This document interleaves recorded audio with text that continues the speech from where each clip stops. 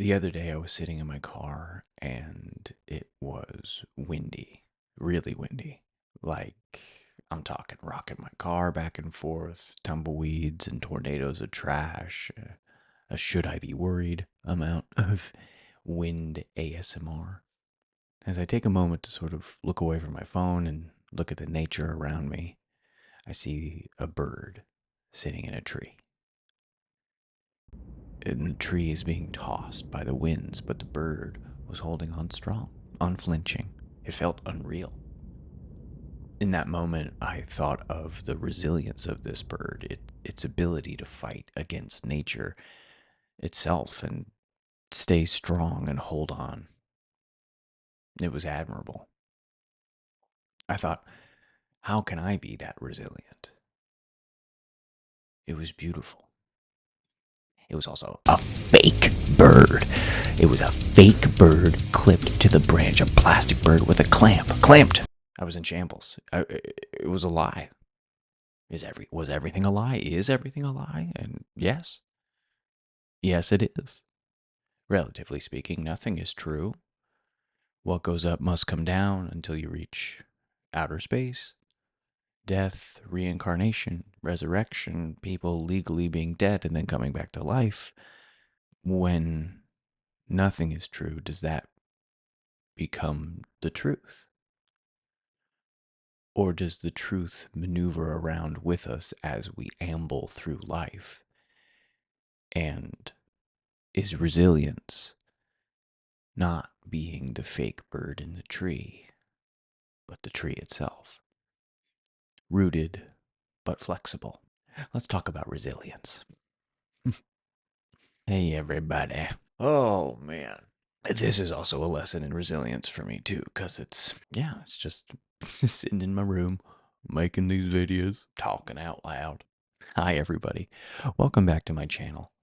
My name is Mitch, and I use this channel to talk to myself with you in hopes that I learn more about myself in this process of life. And if you learn a little bit about yourself too, that's pretty cool to me. Resilience is something I always struggled with because I have a history of starting things but never finishing them because they get too hard, or I get too lost in the complications and nuances of doing the things without actually doing them. It can be challenging to know when I am being resilient in something or I'm being rigid and unflexible.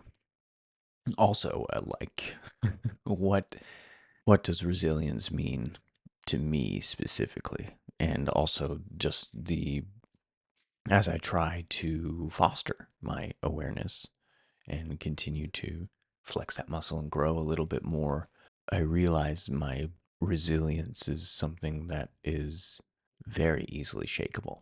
Truly. And then in other places in my life, it isn't. Resilience, I think, doesn't have to be this catch-all, right? This bucket of everything in my life uh, regarding resilience is in this bucket. I think resilience is something that we can sort of fling and apply to different parts of our lives. Where it's like perfect example, I am very resilient in how I show up in places and show up for people that I care about, where it is like yeah, I'll do it at a drop of a hat. No questions asked. You need something from me, I will do it. Where I feel my resilience lacking is in creative pursuits or pursuits of success or self pursuits. And that may more be connected to people pleasing and distrust in myself or a, a connection to my self worth. But resilience isn't this one to one thing that if you just have resilience in life, it is always going to be there. I think it is, like everything else in this world, a muscle that needs to be cultivated. But how do I do that? How do I build the muscle of resilience? And so it can be something about finding and building that resilience in an external and outward way of prioritizing relationships, and not in the sense of having external people be superior to me, but knowing that oftentimes the best way to get out of my head is to get out of my head and go and help someone else or talk to other people who share interests, joining a group. This is such a hard one for me because I still really have that feeling of like, oh, I don't belong here, or community is something that I've always wanted and never really known how to find it myself, or I feel so compelled that I have to like, get it to like hold on to it or seek it to find it. But joining these groups or finding community can be something softer. And for me, I think maybe because I think I have to be so gung ho about it that when push comes to shove, that resilience is weak. And so then I just kind of stay home, or it's sort of like it's like when I buy groceries when I'm in a very healthy mindset, and then when I want a sweet treat and go into my pantry and there's nothing there, and I'm like, I feel the same way about groups and community. Like the communities and groups that I join, I think I sort of join with this idea of, oh, this group will make me better, or oh, this group will improve and elevate my life, instead of finding a group that I align with because I'm interested in what the group is about. And then from there, having a little bit more of that organic growth and the discipline of resilience, because it can be something that is, yeah, it is something that can be externally found and cultivated, and it can also be internally cultivated with like fostering wellness, taking care of my body, drinking water, getting sleep, eating, moving my body, working out. And I think that one's super easy for me because I have been in the gym working on my fitness. She's my witness. But I've been taking care of my body for a long time, and at a point in my life, it was my source of income. And so that kind of wellness makes sense to me. It's then like the other aspects around it that I am still learning about. And mindfulness is another way, right? We work on our physical body as well as our internal thoughts. This is a great way for me to practice that mindfulness because I am, again, to pull the curtain away, I am sitting in my room talking to a camera. But still, this is just a way to cultivate that mindfulness, or cultivate the questioning of these thought patterns that I have, and what can I do to sort of shift those. Then the follow through is where I'm still growing and still learning. And I mean, it's like, obviously, the big thing to build resilience is also avoiding these negative outlets of escapism, you know, drinking, drug use, sex. And I don't think any of this stuff is implicitly bad. It's more of moderation and using these things carefully. And if it's one thing to go out with your friends to a club and drink and have fun, and it's another thing to use these things to avoid difficult feelings. And if that's the sort of cycle that I've noticed myself that I fall into, that cycle of having really intense feelings or thoughts or sensations about something, and instead of sitting with those things, I surf to surf the web. What am Hey man, I just do my dial up and then go on Netscape. If I'm having these intense feelings, sometimes I avoid it with, scrolling or drugs or drink. I mean, I don't drink. because I'm just that great. Or, seeking to avoid the uncomfort, or seeking to fix the feeling of uncomfort versus actually sitting with it and letting the feeling dissipate normally or naturally. And so, like, we can kind of think about, I want to think about resilience as this many pronged approach, right? Because we can build connections externally, we can foster wellness internally. And then I think that's that combination of those two things, this Venn diagram of finding that purpose. Yeah, you see all these like journals or these people online always talking about the Japanese concept of ikigai, of what you're good at, what you love to do, what the world needs, what you can be paid for, all of these things coming together to be that purpose, that ikigai.